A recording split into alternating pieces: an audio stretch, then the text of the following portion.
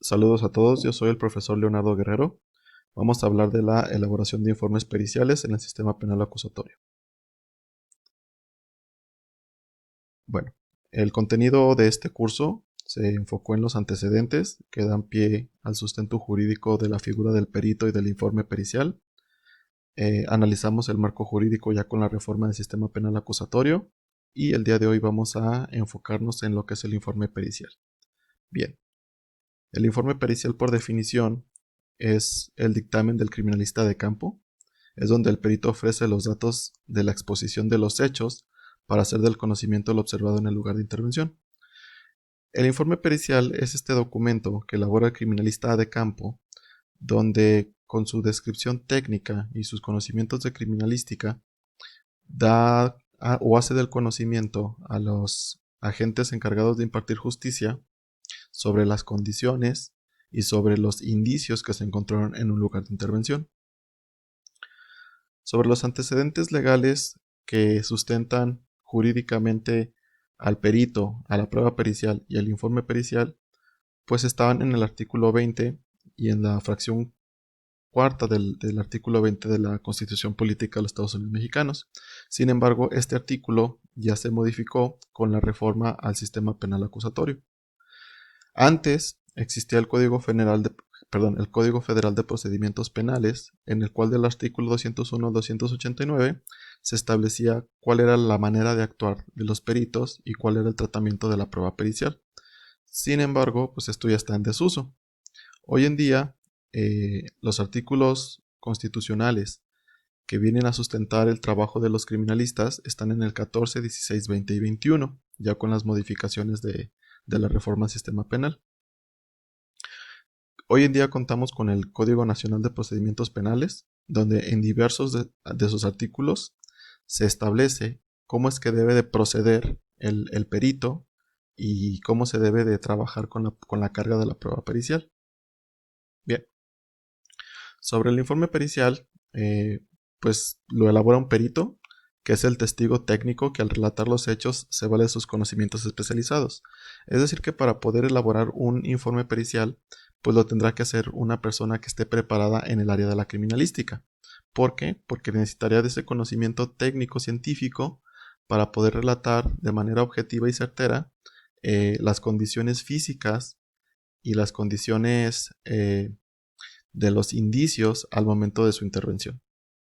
Bueno, todos los indicios que se recogen en un lugar de intervención tienen como objetivo ser desahogados en el sistema penal acusatorio y convertirse en una prueba pericial, que la prueba pericial es la que va a coadyuvar con los encargados de impartir justicia para determinar un fallo.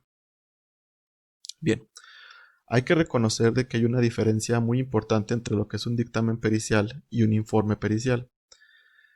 El informe es ese documento que hace el criminalista cuando realiza una intervención.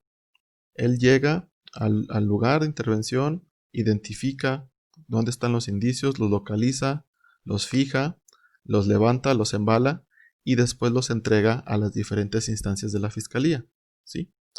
Cada una de estas instancias son los que elaboran dictámenes periciales. ¿Cuál es una diferencia muy fundamental? En el informe pericial nosotros tenemos un objeto del informe y en el dictamen pericial tenemos un planteamiento del problema. Por ejemplo, en el informe pericial tú vas a describir que encontraste y levantaste casquillos, una muestra de sangre y un índice cadavérico, un cuerpo, ¿sí? Pero eso lo tienes que entregar a las diferentes instancias de la fiscalía. Los casquillos a balística, la muestra de sangre a química forense, el indicio cadavérico a medicina legal, y ellos son los que van a dictaminar lo que tú les entregaste. Entonces el criminalista de campo, su labor es ir al lugar de intervención, fijar, levantar y embalar los indicios y hacer entrega de estos a la fiscalía. ¿Cuál es la estructura formal de un informe pericial?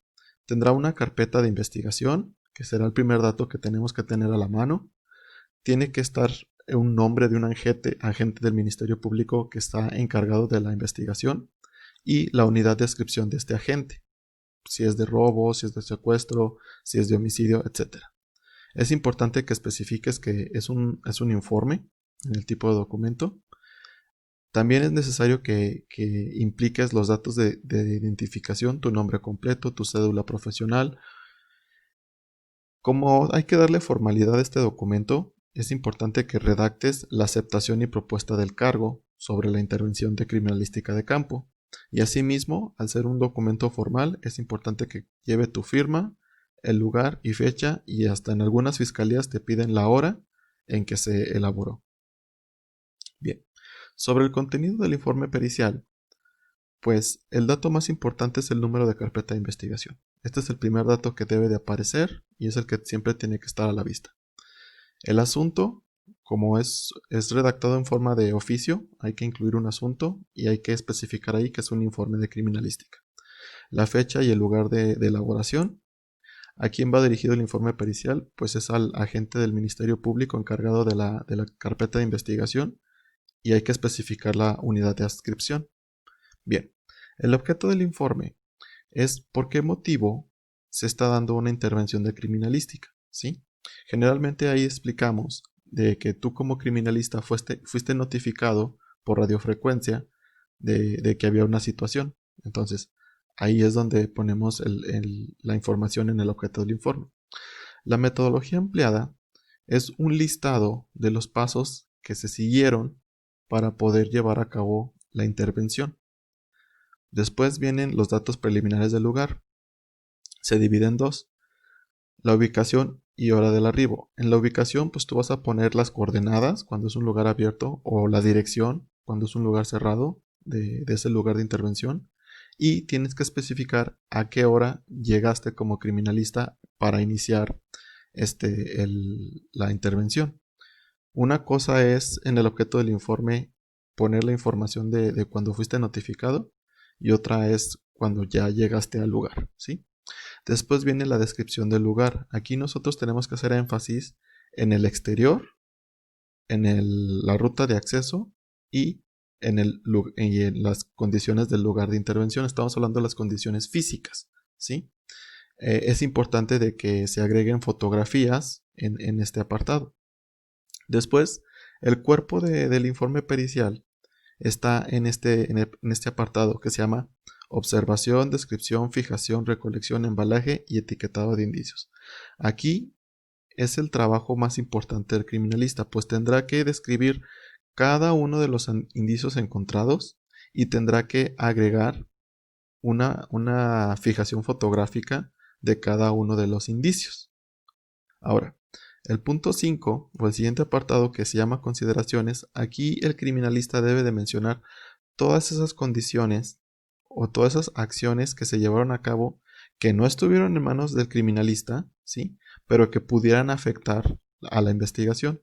Por ejemplo, si es un lugar abierto y que estás a la mitad de tu intervención y empieza a caer una lluvia muy fuerte, pues eso puede alterar algunos indicios biológicos, como las manchas de sangre, o puede mover indicios como los casquillos, ¿sí? Entonces esa sería una consideración. Ahí tú tendrías que mencionar de que hubo una lluvia muy fuerte durante la intervención. Otra puede ser de que a lo mejor había personas ajenas a la investigación, por ejemplo cuando son familiares que se meten al lugar de intervención y pues ellos también pudieron haber alterado algún indicio. Entonces eso hay que mencionarlo. La remisión de indicios, aquí se tiene que especificar a qué instancia, a qué persona y a qué hora se hizo la entrega de cada uno de los indicios con su respectiva cadena de custodia, ¿sí?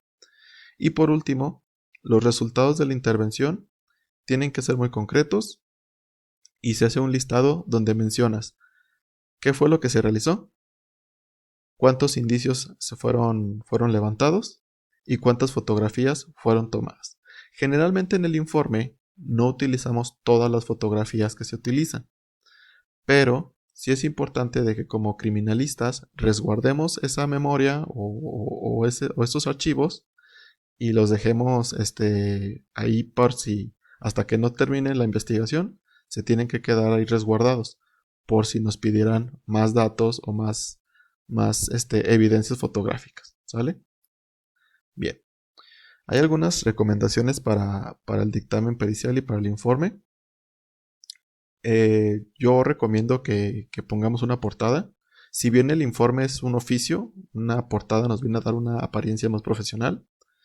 Hay que utilizar una redacción en primera persona y en voz activa. Es decir, tienes que redactar de llegué, observé, levanté, me dijo el policía, me dijo el primer respondiente, ¿sí? No es correcto que lo hagamos en otra forma de redacción. Por ejemplo, en lugar de decir llegué, se llegó. O observé, se observó. ¿Sí? Entonces ahí como que queda un poco confuso y queda la duda de, bueno, entonces, ¿quién está observando eso? ¿Sí? Entonces, como es tu informe de lo que tú observaste a través de tu ojo científico, entonces tienes que redactarlo en primera persona.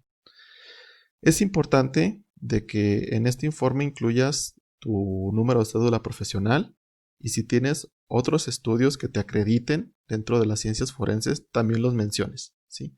Porque generalmente en este sistema penal acusatorio en modalidad oral, si se llega a desahogar tu informe y pues ahora sí que te llaman a un contrainterrogatorio, pues es lo primero que te van a preguntar, ¿sale? Entonces, para evitar esa pregunta, pues ya mejor de una vez incluya ahí esa información. No debes de utilizar abreviaturas técnicas y incluso hay que los términos técnicos al pie del informe hay que definirlos. ¿Por qué? Porque es importante que cualquier persona que lea este informe sea capaz de comprenderlo, ¿sí? Y las conclusiones pues siempre tienen que ser concretas, tienen que ir al punto. Hay que ahorrarle tiempo a los agentes del Ministerio Público y al juez de control. Bien, ¿cuáles son algunos de los errores dentro de un informe pericial?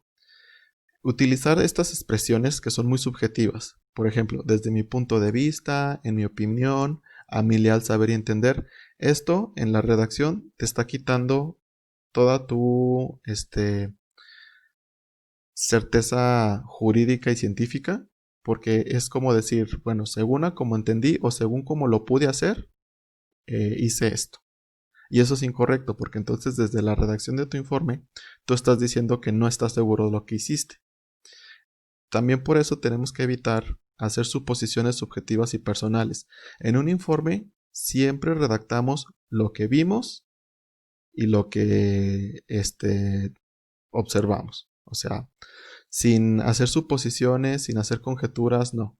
Tenemos que ser bien concretos y bien certeros. Simplemente describir lo que se observa. Tan tan. No utilices palabras como siempre o nunca, porque estos son palabras que son muy subjetivas, ¿sí? También le quita seriedad si utilizamos muchos recursos para hacer énfasis en algunas partes. Por ejemplo, puntos de exclamación, esos no los recomiendo para nada. La letra cursiva y mayúsculas para enfatizar. Sí hay veces que necesitamos enfatizar algunos datos, pero yo te recomiendo que nada más utilices mayúsculas. Entonces, tratar de evitar todas estas cuestiones de énfasis porque hacen que se vuelva un poco menos profesional. Y expresar opiniones más allá de lo que necesita ser analizado. Es importante de que nos concretemos a lo que es nuestra intervención sin hacer hipótesis, sin hacer suposiciones. Simplemente es dar información de lo que se observó. Bueno, las referencias que vienen a respaldar esta presentación está desde la Constitución Política, el Código Nacional de Procedimientos Penales, la Guía Nacional de la Cadena de Custodia y un libro muy interesante del INACIPE que se llama Material Didáctico en Manual Práctico del Juicio Oral. Bueno, las imágenes fueron tomadas de estos sitios y si hay cualquier pregunta, por favor mándenme un correo o mándenme un mensaje a mi teléfono.